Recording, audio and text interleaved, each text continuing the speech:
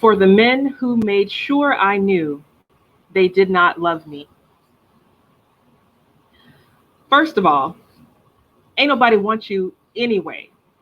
Nobody asked to smile in your face and hug your neck and ignore the brown ring around your stank collar and cook you meals, real meals, with grease and a foot put in. Nobody asked to watch you eat with your whole fat tongue, and each little piggy spit shined, and food all in your mouth, jostling while you talk about nothing, about how much you love my cooking and not me. Nobody asked you for kisses so wet I had to towel down after, for kisses so stolen I had to call the police, for kisses so sweet I almost believed them. Nobody asked for too much tongue, for the trick of pleasure masquerading as love. Ain't nobody asked for songs, for your off-key whining, for your on-key whining but still sour somehow, for your fingers on the piano, for your fingers on the piano while somebody else sings about you. Nobody asked for love songs you did not mean or even understand. Ain't nobody asked to read your poems, your term papers, your very long emails with typos. Nobody went to college twice to cross your T's, dot your I's. Nobody asked to be loved by you. I know I wasn't loved by you. You ain't got to tell me. I know the shape of unlove. It looks like your mouth, slick with joy, while your eyes dead flat.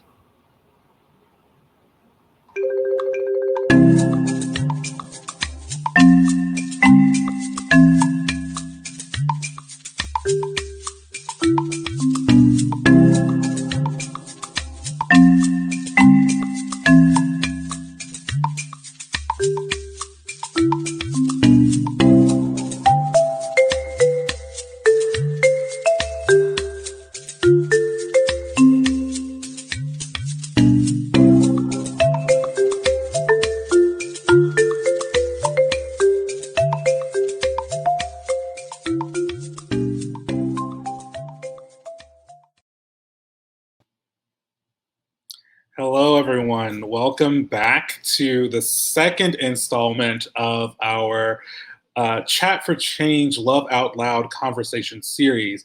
I am your host, Executive Director of Higher Ground Society, and I am so excited to just jump into this conversation with some very good friends, some very good, I'm going to call them love experts for this conversation. And so, yeah, I'm going to go ahead and bring them on. First up is Ashley M. Jones, who opened us up so amazingly with her poem. Thank you, Ashley, for being here. Ashley is the executive director of the Magic City Poetry Festival, as well as an educator at the Alabama School of Fine Arts. And she's also a professional poet. So again, Ashley, thank you for being here and thank you for opening us up with your poem.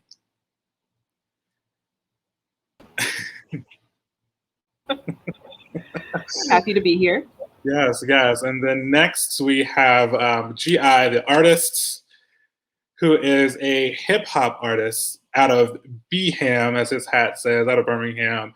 Thank you so much, Isaac. G.I., excuse me, for secret identity revealed.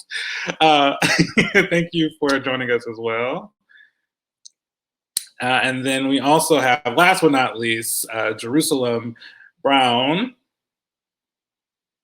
Hey there, Jerusalem. How's everybody doing? We're doing well, doing well. Jerusalem is a mental health practitioner, mental professional who is the leader, if you will, of Mental Health Monarchs, which is a mental health practice. So thank you also for being here, Jerusalem. My pleasure. Sure. So I'm going to do a quick recap. If you were not with us last time, We started this series off with a conversation about love, but it was about self-love. So we talked about, what it means to love yourself, what that looks like, what kind of practices that might you might partake in to love yourself. And so now we're going to build upon that conversation and talk about love within relationships. One of the things that we talked about was loving yourself is pretty important. Being able to love yourself is pretty important to being able to love other people. So now here we are, boom, talking about relational love. Now, remember, so this is a conversation amongst us here on screen. However, we're talking with you, those of you who are watching as well. So please, by all means, jump into the comments. And whenever we ask questions or we say things, we want to hear your answers and we want to hear your thoughts on what we're talking about. In doing so, you actually enter yourself for a giveaway that will take place at the end of our conversation. So chat a little bit. It could be, you can just do a little shout out, even say, hey, we're here. Let us know where you're watching from. And we just want to hear feedback from you all. And you'll be rewarded if somehow by being able to be part of the giveaway. Also, stay tuned for the entire show because we have a little surprise for you at the end. So that's all of our housekeeping. And now we're just going to jump right on into this conversation by opening up with the question. It's going to be a live question. Anybody can take it. So anybody, just whoever. The first question is, what does it mean to love somebody?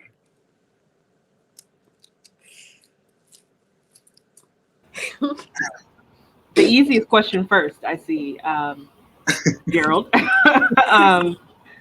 I think it's hard to define what it means to love someone because it's so multifaceted. I'll just say personally, for me, I can't really speak to romantic love because I've never been in reciprocal love before. So I could only speak to the unreciprocated kind. But for like my family, for example, or friends, love means for me, being comfortable with someone, being able to be myself with someone, feeling like another person appreciates my existence as much as I appreciate theirs, sharing life with that person, and feeling just able to explore any emotion with that person. So that's what I'll say. Yeah. I can agree to that. Actually, I'm still trying to figure out the whole love thing because at say mid-20s, love was something different than it is for me now in my. Don't worry about that. But I'm actually still in the process of figuring that out and actually being in a healthier relationship at this point in my life. It's like new challenges that I'm having to face. So. I agree with Ashley. Before, not that reciprocal. So, kind of tough to answer. Sure. Oh, wow. Yeah, that's a heavy question. So I'm going to approach this a little differently. I'm not purposefully trying to talk in a deep voice, y'all. I'm sorry, I got congestion. So my voice is not this deep naturally. So this ain't like a love conversation voice. Anyway. I love voice. That's what it is. That's exactly what it is. But I do think that the question specifically asked, and I'm going to be very nuanced in the way that I answer this, what does it mean to love somebody? So I'm going to take it from the approach of how I express love or how I feel like I should show love to another person. And leave out the reciprocity portion of that, right? Because I think that there's an element of selflessness that has to come with your expression of love. Now, it feels better when you get it back, but that does not necessarily mean that you're not giving it, right? Like we understand how to give love and adoration to people who don't return it to us all the time. We just expect so much more from people who are in close proximity to us. For instance, I know I heard some people's fans. I see two of them in the comments, and maybe one of you all are as well. Beyonce fans, right? Beyonce doesn't actually give you all anything but music and artistry, right? But you have this undying love for her as a person that allows you to support her at every opportunity you get, right? You're going to show up if she's in your area, in your town. Beyonce could send an email and be like, I need 30 people from the Beehive to show up right now. I got a flat on the side of the road. I need y'all to carry my car to the next town. And they're going to pull up, right? Because the level to which I adore her makes me want to do things for her. Mm. And so I think to love someone is about being as present as you can physically be, right? Whether that is, actual physical or, on the phone or text message or whatever. You're being as present as possible with that person without any restrictions to the level to which you're willing to go, right? Yeah. Showing up for them. Yeah, it's about being present for me, and so that's a difficult thing to do, right? Especially when you're in closer proximity to someone and they have the ability to hurt you, right? Like Beyonce doesn't really have a ton of ability to hurt you personally. She could just decide she wants to retire and you don't ever get any more of her artistry. But it's still different, right? And so our expectation changes. But I think to love someone else is about the selflessness of your act or your whatever it is to them, the expression of things to them that doesn't require them to requite it, right? Like I don't care if you ever do anything back for me. I'm a parent, right? Like my son can't do things for me that I can do for him. But at any given moment, I am willing to do whatever for him, right? And so understanding that level of selflessness, I think, is what it means to love somebody from my perspective. Wow. Yeah, I'm so glad you brought that parent aspect to this conversation, because it's so relational love. We're not just talking about romance. We're talking about love, relationships as general as we possibly can. So we're talking about romance, friends, family, and that's really powerful. You literally said that what your son can do for you, I mean, is quote unquote limited. So you have to. It's a choice. Right. So going back to this other thing too, someone said it's a selfless act. Just like we choose to love ourselves, we have to choose to love other people. So there's this level of this sense of intentionality or intention rather, that has to be present. So that being said, do you think someone ever has to earn your love? I think that love's way too immense to ever get to a place where you can actually earn it, right? Like you can do some things that make me feel like it was worth my while, but you can't really earn something that's priceless, right? Like what do you give in return for pricelessness? There's not much, right? So if we put those boundaries around it, we would never love, right? Like you can do acts of love, but I don't know that you get to that place of selflessness of full love with trying to put a price tag on it and say, this is what it is. You have to earn this for me. You might earn different actions, but you can't earn my affection. I think what you can earn, I agree with what GI was saying. And I think I would add to it, you can earn the right for me to show you that love, or you can earn the right for me to withdraw my showing of that love. The love is always there, and it doesn't necessarily die. It's just things can be done to where I'm like, well, I'm just not going to let you know anymore. Like you don't actually get to experience it anymore. Yeah, you can love someone from a distance. That's a truth. Exactly. Yeah, for sure. I was going to say that I guess for me, a part of love is being able to trust the person that I'm with and vice versa. So I think that maybe people kind of have to earn that part of it. Like if you show me that you can't be trusted, then I might still love you, but I might be backing up a little bit at that point. So I think that's something that we learn over time to do, because one thing, my upbringing, I'm from the church, right? And I imagine most of y'all being Black in the South probably are also from the church to some extent. And my upbringing was like, hey, love everybody, period, no questions asked, right? And so I think this is very interesting that all four of us are kind of on the same page. I want to know what the people who are watching, how you guys are feeling, but like all four of us are like, it's not necessarily conditional, but it's like we will love you, but it's there's some self-preservation that has to take place. Like we just can't be giving love all the time, because we will give ourselves away like completely, and then there's nothing left.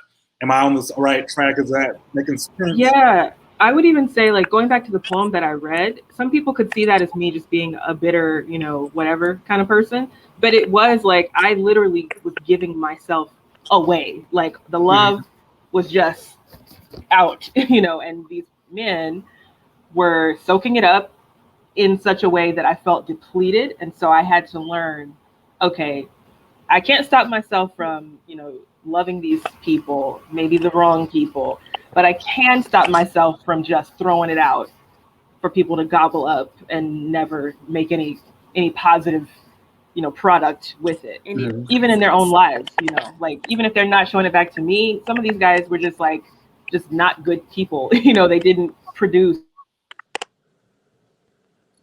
they didn't take that energy and make it into something beautiful. So yeah. Jerusalem, you were saying something, or? Oh, I was just saying, like, I know about that type of love where you're just completely selfless. And, at that point, sometimes when we're young, we just have this ideal about love, and that's not quite what it is.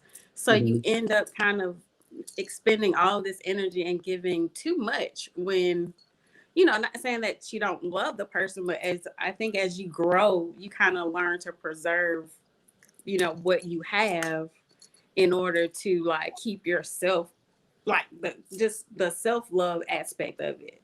Like I won't continue to allow, like even if I love someone, I don't have to allow them to treat me a certain way that I don't personally like.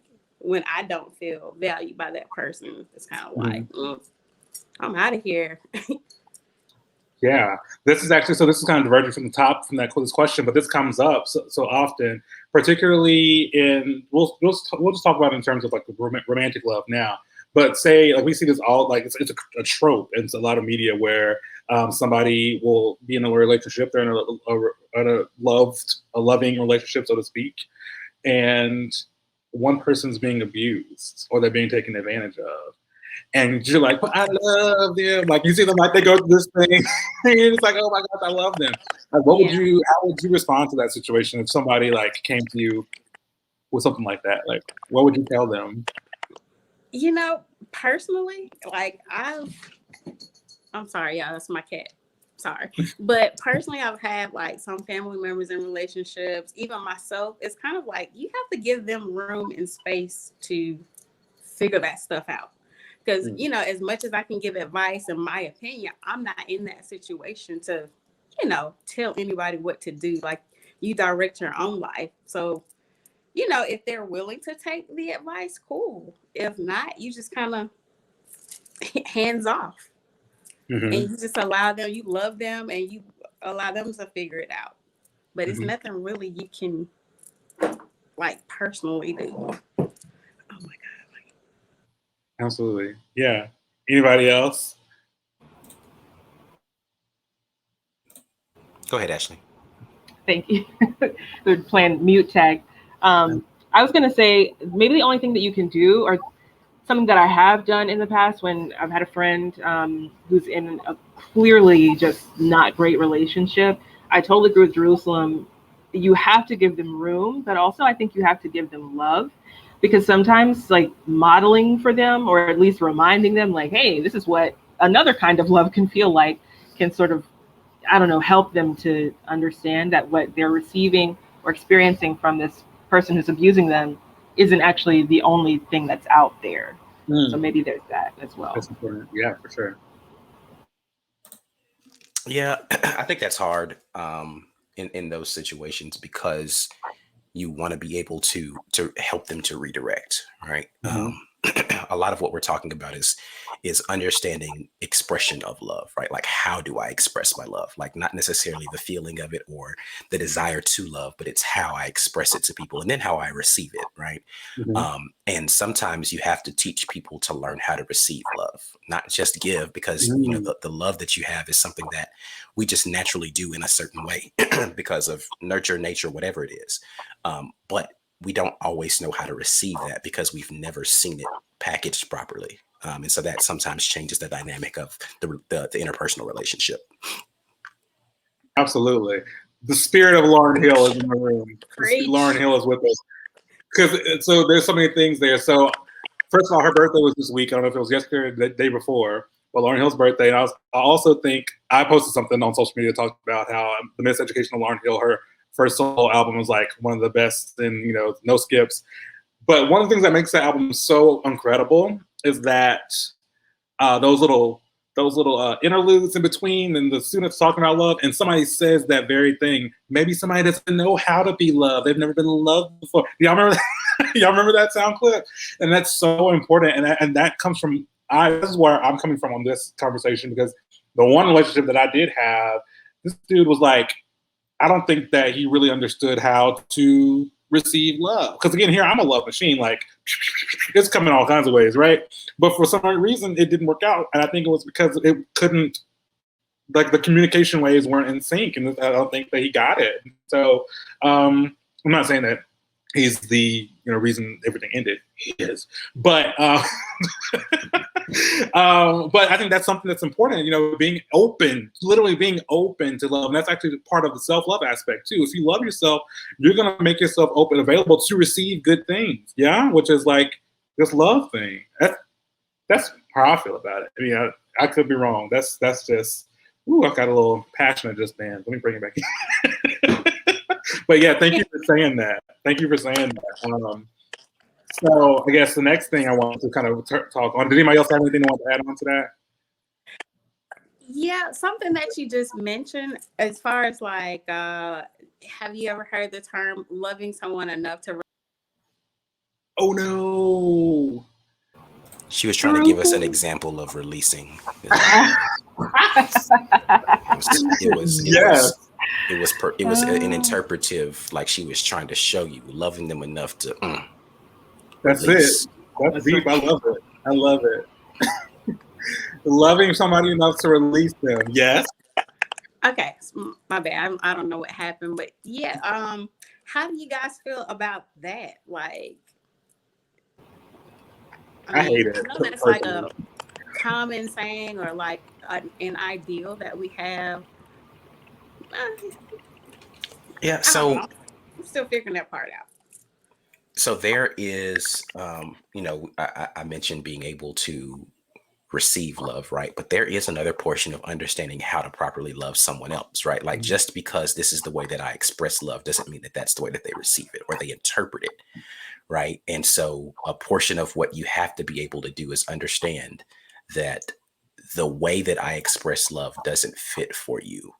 And I don't know that I can get to that place, or, if it's a place of your proximity to me becomes damaging to me, in order to preserve me, like we talked about self-love last time, in order to preserve me, I have to distance myself from you, right? Mm-hmm. And because at some point in time, we're going to hate each other, right? Like it's going to get to a place where it morphs, like the energy changes to something else. So that distance is necessary. So I have to understand how to make sure I put that distance there in order to preserve the relationship in any form or fashion. Like maybe we can run back to this at some point in time, but yeah, I do think that there is a place of release that has to happen in certain relationships.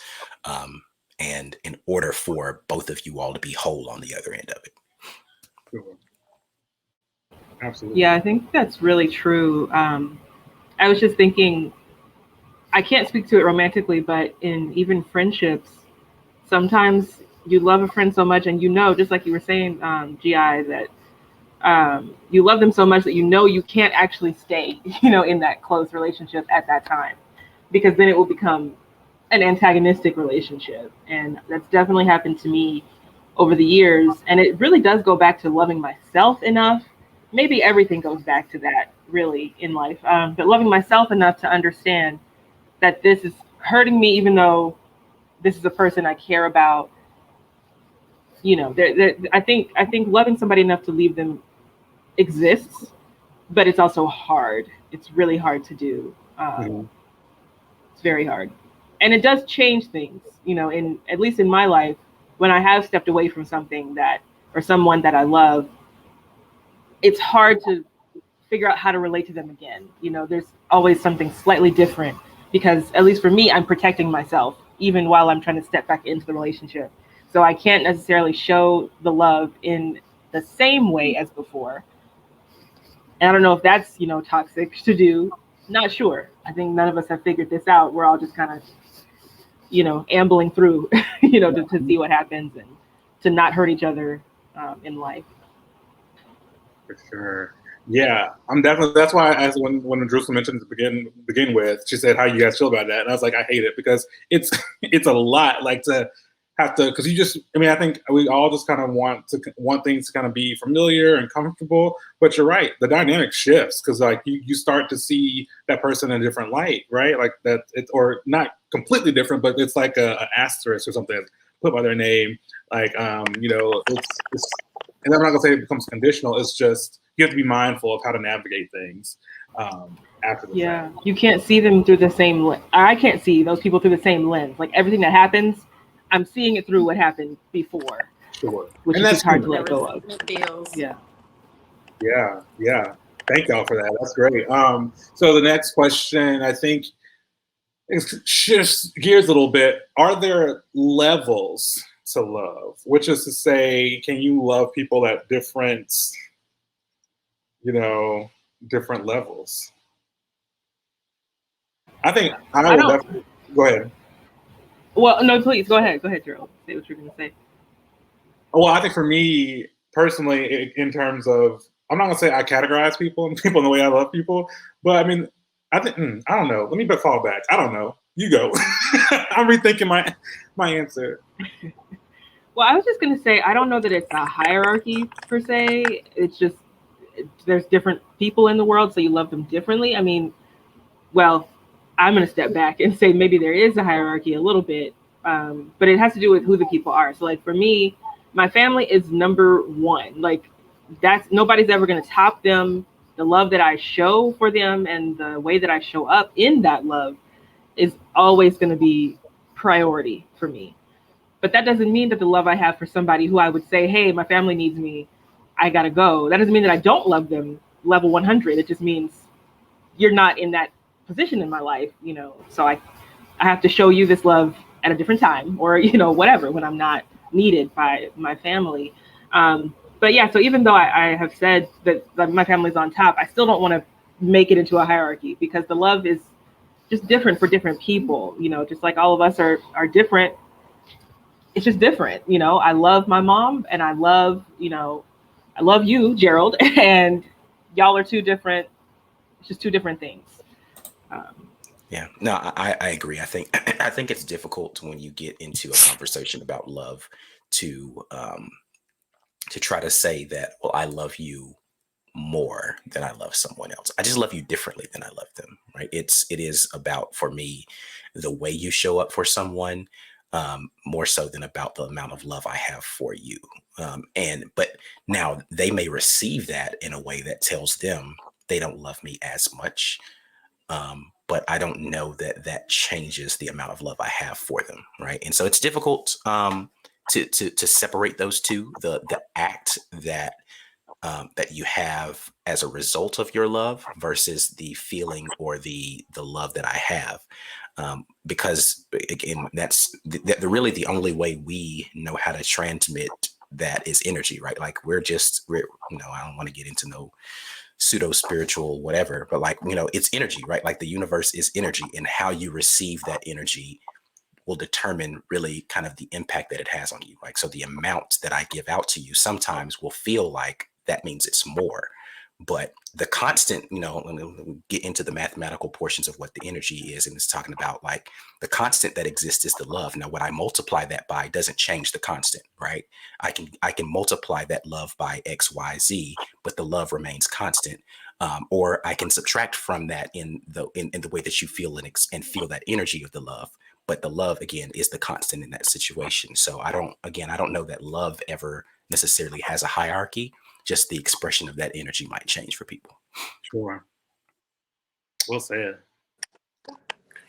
I definitely can understand that, but romantically speaking, like even though people say love at first sight, even my guy says that happened to him, but I just cannot consciously like grasp that.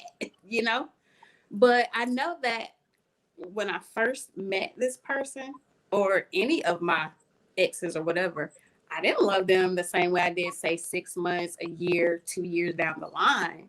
Like it just kind of grew more. I don't know how to explain that. I don't know if that's levels or just changes, you know, within myself or how I see that person that allows me to, you know, give them more love. I don't really understand fully, but I know that I think it changes romantically from the first time you meet someone until, you know, you're with that person for 20 years. That's pretty solidified at that point, if it's a healthy relationship, that is. But, you know, I hope that made sense.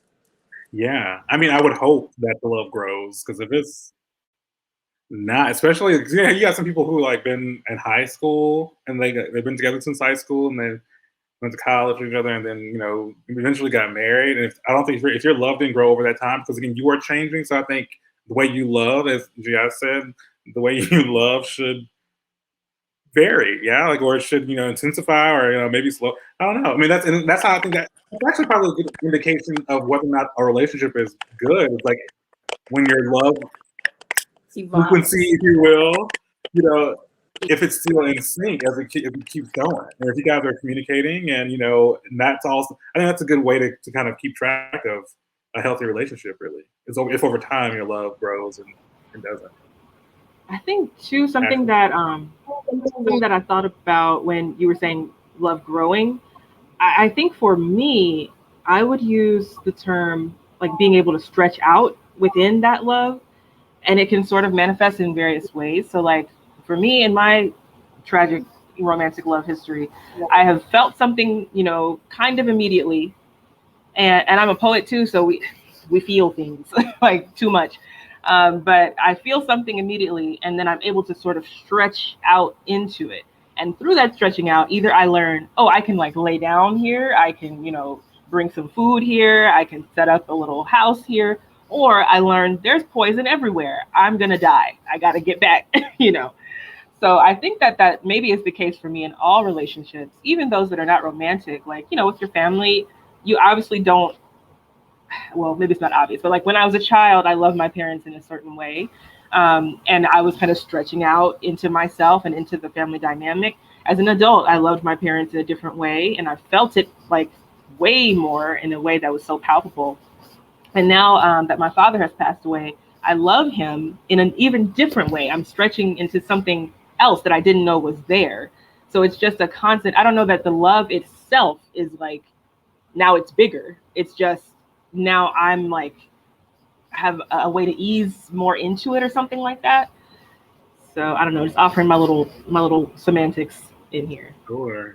Yeah. Thank you for sharing that. I mean, it's important to be mindful. I mean, I think that's a big part of love in general, is just being aware of it and just the way that it can show up and move. And I love these things, growing and stretching in love. Those are two great terms to be mindful of, to put into my little toolbox. Gia, did you have anything else you wanted to add? I mean, I don't think I have anything that anyone hasn't said. I just think the difficulty exists in our interpersonal relationships in general. You know, as people grow, as people get older, as they whatever they change, right? And so, trying to reinvent the way that you relate to someone is difficult, right? Because we'll take the parental child relationship, right? Like as Ashley said, with my parents, the way that I loved them became different as I became older, because the lens through which I could relate to them differed, right? Like as I got married and I had a kid, I started to understand them much better and what they did for me as a child. So my love for them, I don't feel like I loved them more. I just understood the love that they were giving me. Like, so I was able to receive things from them, like even the correction that I got from them when I was younger, I received it differently. Now, as I'm older, they're not correcting me anymore in that way, but I understood it differently now. And so now I can recognize that as love.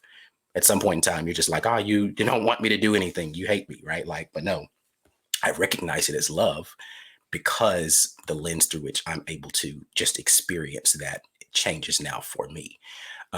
But the way in which I interact with them is completely different, right? Like if my dad, you know, like my dad and I aren't like my dad is a retired Marine drill sergeant, right? So he's not like a super affectionate person.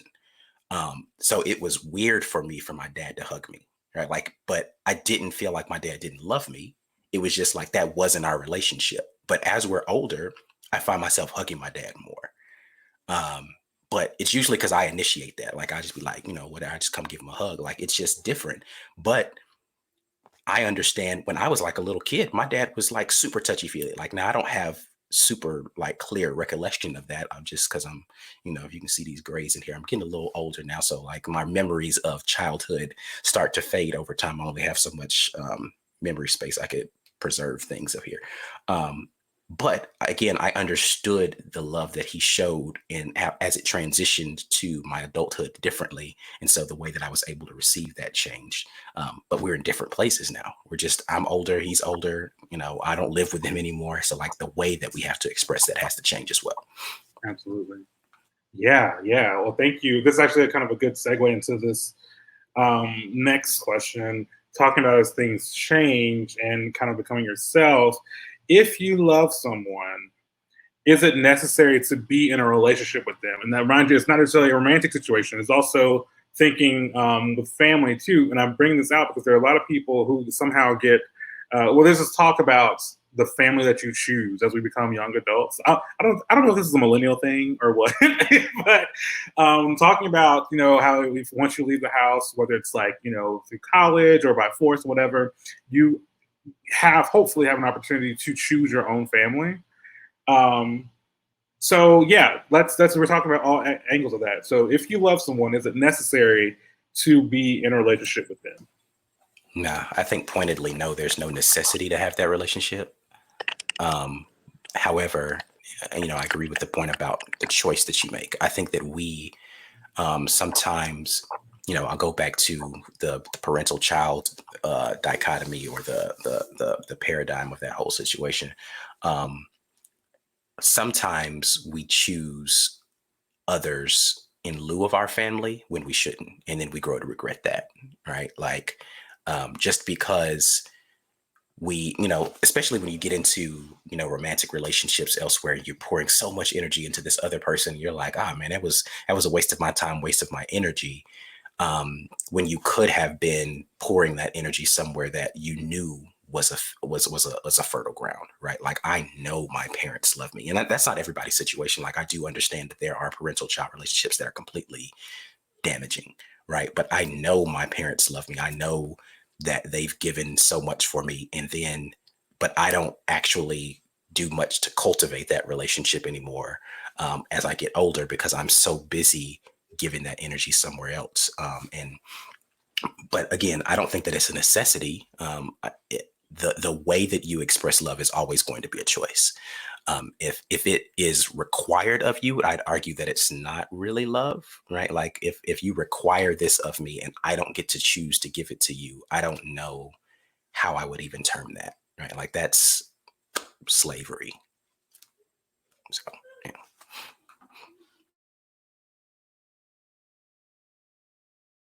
Onto that. Yeah, I'm going to jump on the no train. I don't think it is necessary to be in relationship with someone just because you love them. There are many reasons why it would be unadvisable to be in some relationships, people that you love. Like, I definitely think it's possible to love someone who's already with someone. I mean, we can't really control who we love. But I don't think in that situation, now I should like go break up their family because I feel this thing. Like, I don't think that's always or ever really necessary. Like, you can just love them and realize that life didn't shake out for you to be in that, family. And then there's the other side of it, with some relationships that are damaging, to you, whether it's romantic or family. If your parents, are harmful to you, then no, you should not be in a relationship with them. You have no need for that. I think about my dad, whose dad was terrible, horrible man, abusive, the worst, the devil, whatever you want to call it. And he chose not to be in a relationship with that person in order to, pour into other relationships that did provide love, or even to pour into the idea of future relationships. Like, I know when he was young, before we were born, he knew, he's told us, he thought about it. I know what I want to be. I know what love I want to give to my children. So I cannot engage with that at all, So either is true. And, disclaimer, I'm not in love with anybody's husband. If anybody read that from what I said, I'm not doing that. I don't Okay, endorse. Miss I'm just saying you can't. Look, that's who I thought of too. That's exactly who I thought. Alicia Keys, poster child for loving somebody else. I'm just kidding. She makes incredible music to this day. Sorry, Alicia. Jerusalem, thank you, Ashley, for sharing that. I'm just going to simply say absolutely not. And for all the same reasons everyone else has, pretty much, even if it's family, that doesn't mean a whole lot sometimes. Yeah. And I'm definitely thinking about the abuse thing, anything that is harmful and damaging to you emotionally. Bye. No. Later for you. Yeah. Absolutely. Yeah, same thing. We kind of talked about it to begin with early on. Like, everything is a choice, and you have to be mindful of these choices that you're making, because it's about self-preservation, which as a beautiful, actually, it's illustrated it beautifully.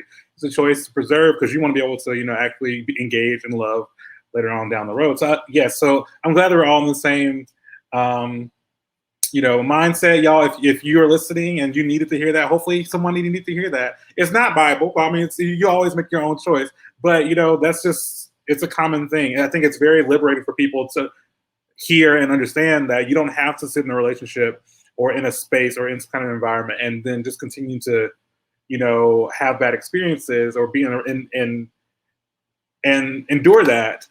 And if you want to leave, just because you leave doesn't mean that you are not loving that person. You can still love that person and do your own thing. So, yes. So kind of going into that, what I was thinking and bearing in mind is I be on Twitter. I stay on Twitter, right? And somebody tweeted something. This person's name is Miles K. And he said, love is a type of generational wealth we don't talk nearly enough about. And I think this plays beautifully into what Ashley said about how her grandfather and father's dynamic is, like your father invested in that wealth, right? Because he was like, there's a lack here, and we got to do something about it. So what do you guys think about that? And particularly from the Black cultural or lens, like, we've been through a lot globally, specifically in this country. How do you think that plays in to that love, that generational love thing?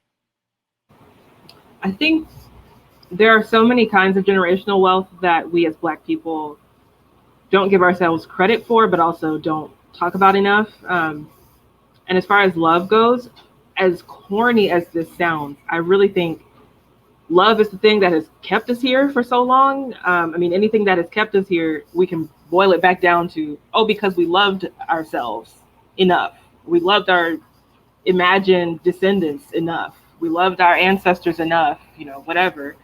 And I think it can play out also within families. Like I said, with my family, I've been learning in recent years, or discovering maybe, the amount of love that I have and that I show to people, or at least that I think I show to people. Those of you who are, my friend, maybe you can tell me whether or not I am showing enough. But what I perceive myself to do has been handed down to me from my parents because of the way that they raised me and the amount of love that we were just wrapped in.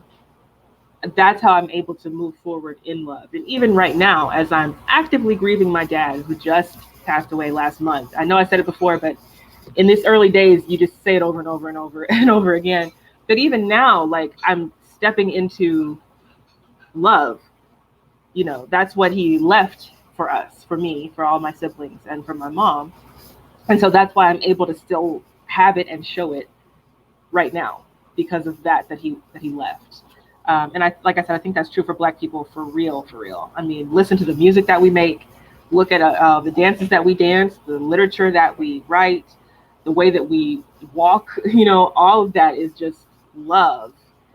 And maybe that's also why we're such a threat to people, because of this energy that we have and this thing that has kept us, surviving for so long in this country, which is deadly and poisonous. Absolutely. Yeah. And so I'm not necessarily subscribing to this or promoting this, but I will say a lot of people point out the Black experience in America, love as something that had carried us through these, trials and tribulations, not just within our community, but like our oppressors, the country itself, our fellow Americans. Martin Luther King, it was a major part of his philosophy. Love, love, love, loving your enemies, da, da, da, da. And some people are like, I'm not with that. Shout out to Nina Simone. She's like, and that's fine. But there are some people who really believe in that, and I think that's a beautiful thing. It's very powerful, like you said. It's very threatening if you can sit there and endure somebody's nonsense and then still love them anyway. That's a lot. That is a lot. You can't really touch those kinds of people, I think, because they're still somehow wrapped in love. And they're preserved from all the negative energy to an extent. I mean, still there's probably some kind of things they're enduring mentally, but maybe. But maybe love protects them from that too. But yeah, love is powerful in that way. I love that you said that. And love can still fight. Like, people forget, like, whenever somebody says, oh, I love you even though you're hurting me, but I will hurt you back though. Like, if you're hurting my people, sometimes I have to love you enough to say, this is why this is wrong. Let me show you the consequences of that. Mm-hmm. That can be love too. I mean, our parents always said it, in various stages of discipline. I'm doing it because I love you. Just because we're saying we love you does not mean we're not going to stand up, for ourselves at all. Yeah. Thank you. Gia, do you have anything to add or any thoughts? Yeah, I mean, I am really just kind of sitting here thinking about that idea. I think it's a thing that as we progress in society, it's weird, right? We have access to more technology that allows us to be more connected to people than ever before, but we are intentionally losing the familial aspect of just like family reunions aren't what they used to be, right? Like as that generation wanes in age, just the idea of getting together as a family has started to change. Mm-hmm. The idea of passing down, we come from a cultural people who had an oral history that they passed down intentionally. And we don't do that necessarily anymore as much. It's just not as prevalent, right? And so I think we're starting to lose. We're giving away that wealth, that generational wealth of love and of experience and understanding little by little. We like seed that, I think, way too often in pursuit of whatever. I don't know what it is that people are pursuing, but I think it's just an interesting the way to phrase that. And it just kind of makes me think about, grandma and them's house, right? That we allow to go to ruin because we've lost connection with the value that holds, right? Like there's an element of love that says, I need to make sure that the place where my family is from doesn't go to ruin, right? Like or the values that my family espoused to me don't get cast to the side. Now it may change a little bit, but I need to make sure that I preserve that.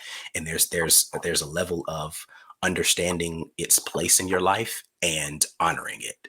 Not necessarily that you have to practice it the same way, but honor it enough through the way that you express it.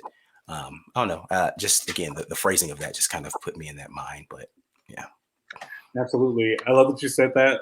The youth, or maybe not the youth, maybe it's like the millennials and Gen X, talk about our community losing recipes.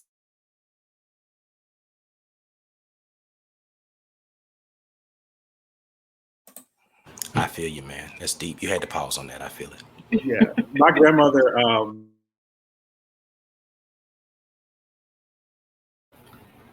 we need to gather in prayer for Jerald's Wi-Fi. We need to gather. Somebody pray over it. Am I back? Please. But you're kind of back. Well. Yeah, we can see you. Go for it. Yeah. Okay. Raggedy. Get back, devil. Okay. My grandmother, once she started dying, she was, I think after she died, there's maybe like 3 or 4 of her siblings left. And we know, I heard my parents and aunts and uncles saying, once those people start leaving, it's like cutting ties with their branches of the family and stuff. But I will say kudos to families who do make an effort to keep those connections going, because that is powerful. Because it's very easy to step away from a situation or just lose contact, and then you lose something. You lose that love that's carried us to this point. So a lot of thoughts there. Thank y'all for going there with me. I just saw that tweet and I was like, wow, this has got to go in the conversation. So yeah, does anybody have anything else they want to add to that? No. So we got one more thing I want to talk about. I saw one of our people mention love languages earlier. Jazz. This is really important, and I want to go out on this conversation. Love languages. Hopefully everybody's familiar with it, but I think basically someone, I don't know who came up with it, but I hadn't done my homework. Somebody did the homework to basically kind of pinpoint how people express love. And I actually took the tests to show, because I'm way up into this thing. I took this way back in December of 2016. And so here are my love languages. And so there are 5 of them. And as you can see, I'm all about quality time. And that's literally not just like, you don't even necessarily have to be talking with me or doing anything. We can just be in the same room, and just knowing that your presence there, that is a present to me. And I don't know, it's like what is it? It's like it says a lot, especially in the fact that we're so busy these days. For you to take time out of your busy schedule, that says a ton to me, right? And so there's that. And the other one was 7, 6, and 5. They were quality, so physical touch, and then receiving gifts was definitely last. Acts of service is next to last, and then the other one was physical touch. I'm a hugger. I'm a cuddler. So those are my love languages. There's a website for those of you who might be interested. If you have taken this quiz and you're watching, please let us know which are your love languages, or which ones you might think, and how that shows up for you. For my conversationalists, what are y'all's love languages? I'm definitely an acts of service person. What I find interesting about the 5 love languages is over time, those things have changed in their weighting for me, right? Like I've taken it multiple times. And it's changed over time for me, because I think what a lot of these quizzes do that are personality quizzes and things like this, they put you in scenarios and then you answer based upon your best knowledge at the time, right? And I think sometimes we like to think ourselves to be something that we're not, right? I think sometimes there are people who they would see gifts and they'll think to themselves, oh, I don't like the fact that it told me that I like gifts, right? So that makes me feel like I'm spoiled or whatever. And so the intentionality around it sometimes mars the actuality, right? So I intentionally answer questions that make me feel a lot less selfish in my mind, regardless of what it is, right? If you're a person who's like, I don't want to feel like I'm burdening people, you answer questions in a way that makes it seem like, no, I would not require time of you. When in actuality, you probably do, right? Because you don't like to see yourself that way. And so it's interesting, I think, sometimes when the idea of who you want to be versus the reality of who you are, with a lot of those quizzes that are about personalities or this love language thing.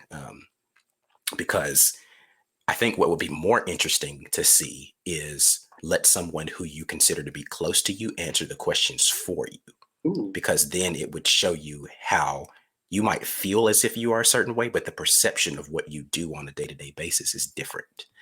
And so I wonder if you're watching 5 languages, people, y'all need to do that. Let somebody else answer the questions for them. Because again, perception is really reality, right? Like how I perceive the thing is the reality of what it is. And so regardless of what I may feel about myself, it doesn't really matter until someone else can feel that about me as well. Because then I'm not transmitting. Because, we talk about communication being a portion of love. It's not just message sent, right? I can send a message. If you leave me on red all day, right? Does that mean that you don't care to talk to me? No, I was just busy that day, right? But the perception of that is you're too busy to respond, or you don't value me enough to respond, right? And so perception is the reality. So you have to figure out a way to conquer people's perceptions of you to give them the reality that you wish to have. And sometimes those two things are drastically different.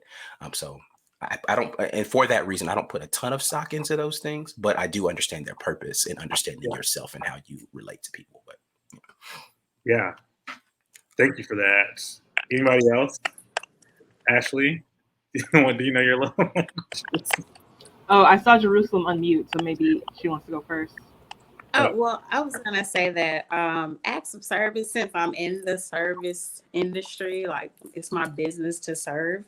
I do love acts of service because that just kind of shows me that somebody's willing to invest their time, their attention, or their resources, or their even their emotional space to hear me out, or whatever. Also, I love gifts, which I always give myself gifts, and I love giving other people gifts. So I like to think that when people think about me, they have put some thought into something that they're giving me, because I put a lot of thought and concern into gift giving. So I like to receive that back. Sure. Yeah, I've never taken the test, but I know and have known for a very long time that words of affirmation is my like top my top one. Maybe because I'm a writer, I don't know, or maybe because I need verbal affirmation. But when people write me texts that are really long or something that's like unexpected and like deep, I really love that. Or just telling me things about myself that I maybe don't know or that I don't want to admit, good things about myself.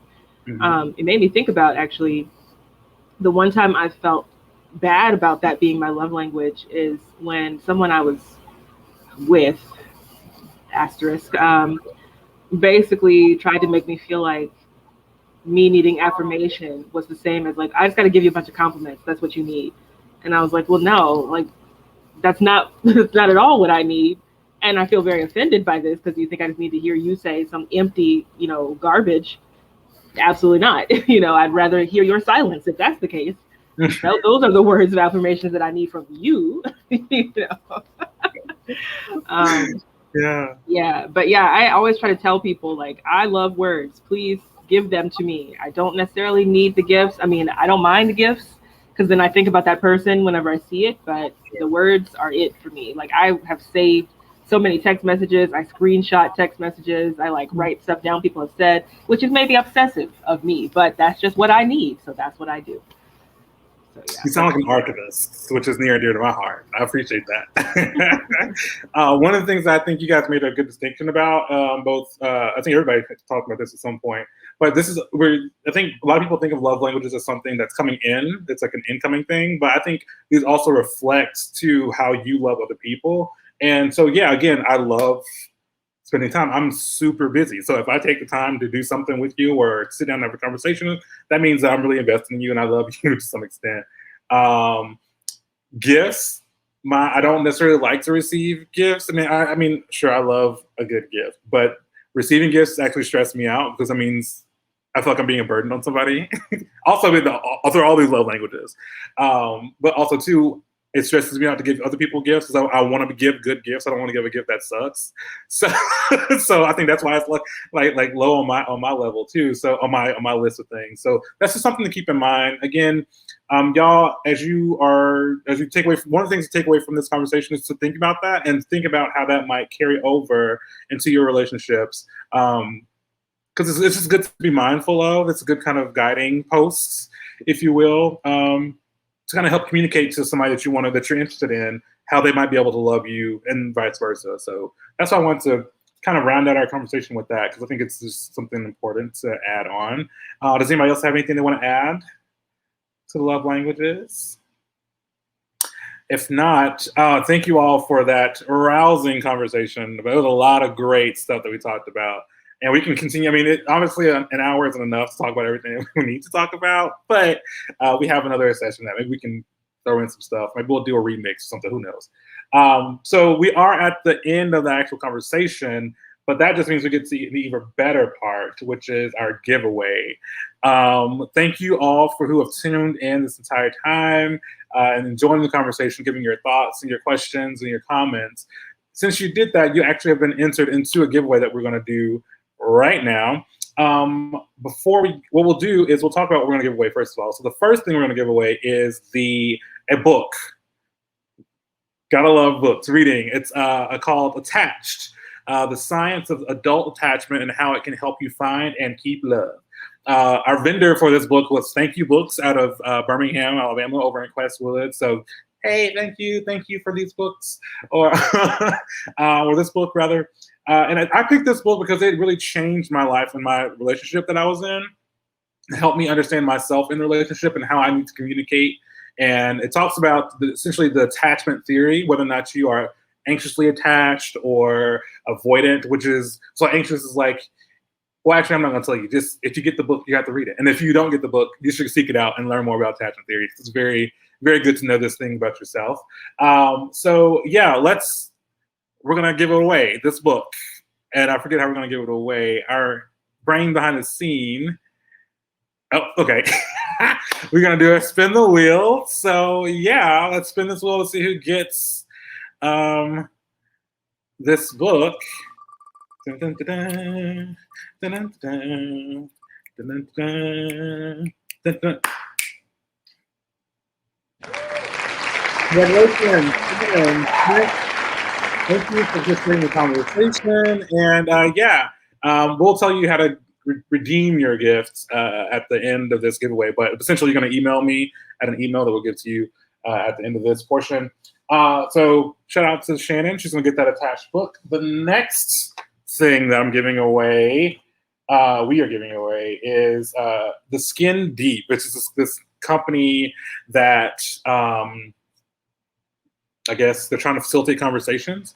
And they produce this card game, if you will, that's supposed to facilitate conversations. So I'm extra, and I actually bought 3 of them because I want to try them out. But they have different editions. And so this is the dating edition for people who are dating. And then we have the strangers edition.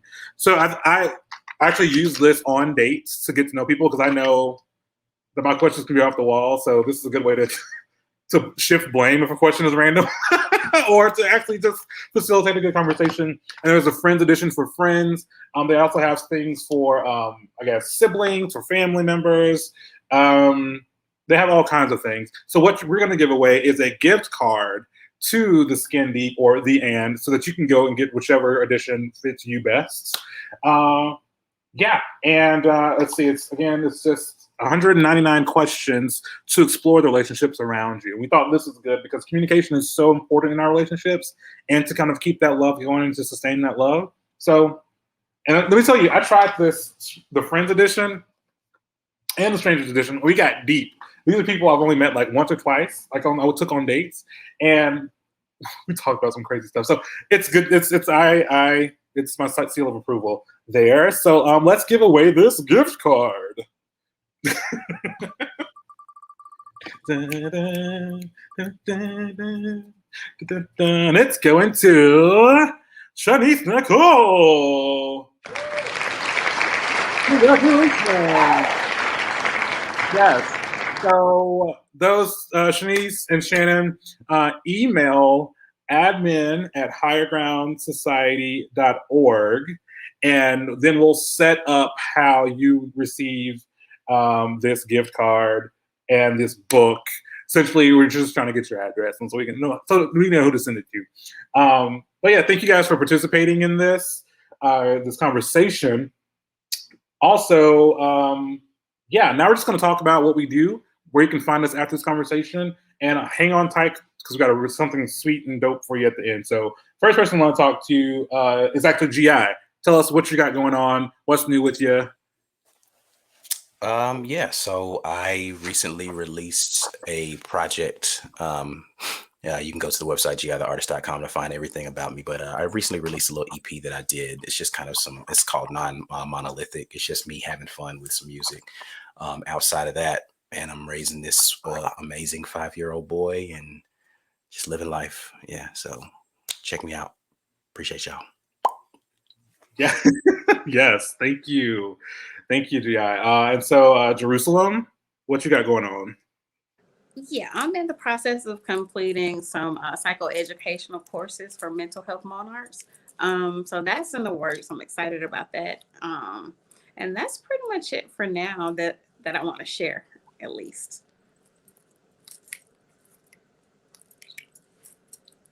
Thank you. And Ashley, I call her booked and busy because she always got something going on. Well, I am on summer break. I'm a teacher, so that's what I'm doing right now is trying to have summer break. But I have this book, Reparations Now, that is available for pre-order right now, and it'll be released in September. You can visit my website, ashleyandjonespoetry.com, to pre-order and to just check out what I'm doing. I'm also guest editing Poetry Magazine right now, so you can check out the May, the June, or the upcoming July, August issues for a lot of great poetry edited by me. So that's what I'm doing.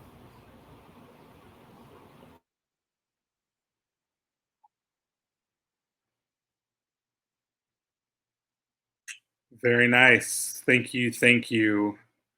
I think my internet is working against me again. It's not. We're good. Okay. Cool. All right. Thank you, Ashley. So what we got going on I want to tell you what we got going on High Ground Society. First and foremost, Shannon's already talking about it. High Ground Society podcast. It is trucking along. We're actually kind of getting to the end of our first season of episodes. We'll end up with 12 conversations. I don't know how many episodes that translates into, but you should subscribe to us. Ashley and GI have been guests on the show talking about their poetry and their music. And these conversations are just getting better and better and deeper and deeper. This month's episode, we focused on Asian American and Pacific Islander Heritage Month. So I spoke with a friend in Auburn who is an Indian music aficionado, if you will. She teaches Indian music, and it's really, really great. So yes, subscribe to those to wherever you listen to the podcast so that you get every episode, and you can follow along with what we got going on there. The other thing I want to talk about is Patchwork Symphony, which is our flagship project. It's a album recording project where we are giving artists across the state of Alabama an opportunity to record their music professionally in professional recording studios. So visit that website. It's our website, highgroundsociety.org, and then go to the Patchwork Symphony page, and then you can learn more about the project and how you can submit. Right now, we are currently focusing on the northern Alabama part of the northern part of the state. So basically from like Shelby County, Birmingham, just south of Birmingham, all the way up to Huntsville, and everywhere in between, like so east to west. Yeah, we want to hear from folks who are doing music in those areas. So please, please, please check that out and submit your music. And that's all I got going on. Again, thank you all so much for listening and participating in this show. We're going to take it out with a very special treat, a performance from none other than G.I., the artist. He's going to perform for us the song First Time from 2 projects ago, Versus the World, a song I immediately fell in love with whenever I heard it. So stay tuned and really dig into this. Thank you so much for joining. G.I., take us away. All right. Well, I appreciate those of you who are sticking around for this. You get to hear me sing poorly and just do a little music. I told you I got a little congestion, but we're going to power our way through it. So again, this is the song First Time. The album is Versus the World, available on all streaming. And yeah, let's do it. You ready? Yep.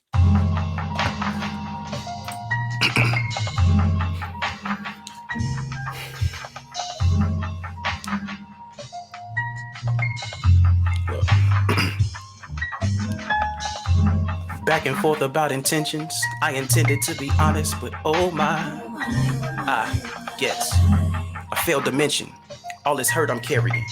We all get screwed in life sometimes. Ain't no Virgin Marian. Nothing worse than burying your feelings cause you feel no one to listen. Cause even in the crowd you feel alone. I mean, I'm proud you feel at home inside these arms of mine, but I'm afraid I won't have the strength to hold you half the time. The other half, I feel unworthy of your love.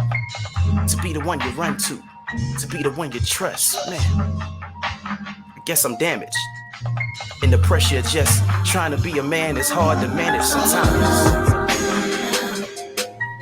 But I wanna love like it's the first time. I know it's hard to hit restart, but I really wanna love like it's the first time.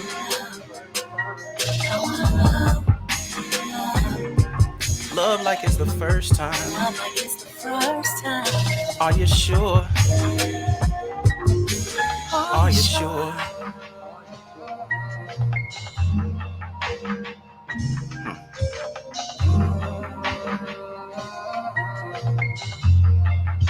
Listen.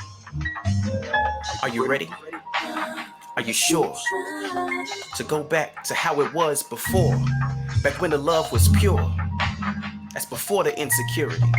Before our intuition got ruined by our maturity. Could we love like we've never been hurt? Could we revert? Is that possible? To do something that's not quite so logical. Throw caution to the wind. Could we begin again? Cause nowadays it feels like it's a sin. Just to love.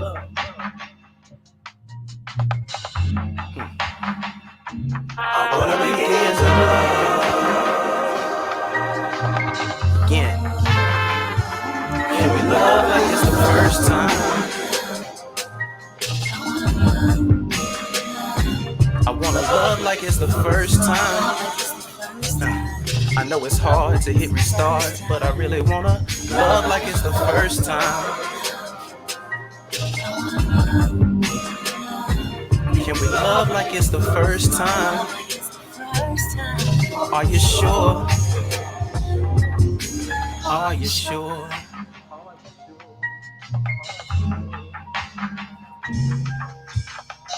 Are you sure?